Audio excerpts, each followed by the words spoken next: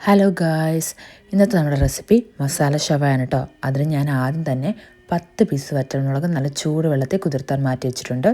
ഇനി നമുക്ക് നമ്മുടെ മിക്സിയുടെ ജാറിലേക്ക് 15 ഉള്ളി, 10 അല്ലി വെളുത്തുള്ളി, ഒരു മീഡിയം സൈസ് തക്കാളി, ഒരു പിടി മല്ലിയില ചേർക്കാം കേട്ടോ.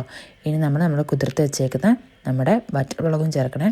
ഇനി നമുക്ക് നമ്മുടെ പൊടികൾ ഓരോന്നായിട്ട് ആഡ് ചെയ്യാം. ഞാനിവിടെ ആഡ് ചെയ്തിരിക്കുന്നത് 1/2 ടേബിൾ സ്പൂൺ മല്ലിപ്പൊടി, 3/4 ടീസ്പൂൺ ഗരം മസാല, 1/2 ടീസ്പൂൺ മഞ്ഞൾപ്പൊടി, 1 ടീസ്പൂൺ ഉപ്പ്. ഇനി ഇതിലേക്ക് നമുക്ക് 2 ടേബിൾ സ്പൂൺ വിനീഗറും 3 ടേബിൾ സ്പൂൺ വെള്ളം കൂടെ ചേർത്ത് നമുക്കിത് നല്ലപോലെ ഒന്ന് അടിച്ചെടുക്കാം കേട്ടോ. ഇനി നമുക്ക് കിട്ടുന്ന ഒരു സ്മൂത്ത് പേസ്റ്റ് ആയിരിക്കും കേട്ടോ. ഇത് നമുക്കിവിടെ നല്ലപോലെ ചിക്കനിലേക്ക് നമുക്ക് തേച്ച് പിടിപ്പിക്കാം കേട്ടോ. ഒരു 6 hours എങ്കിലും വെക്കണം. ഒരു 4 to 6 hours എങ്കിലും നമുക്ക് ഫ്രിഡ്ജിൽ റെസ്റ്റ് ചെയ്യാൻ വെക്കണം.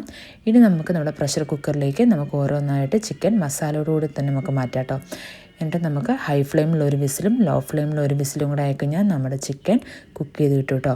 ഇനി നമുക്ക് ജസ്റ്റ് ഒന്ന് ഒരു ഷാലോ ഫ്രൈ പോലെ ഒരു 3-4 ടേബിൾ സ്പൂൺ ഓയിലിൽ നമുക്കിതൊന്ന് ഷാലോ ഫ്രൈ ചെയ്ത് 2 സൈഡും ഷാലോ ഫ്രൈ ചെയ്തെടുക്കാം കേട്ടോ.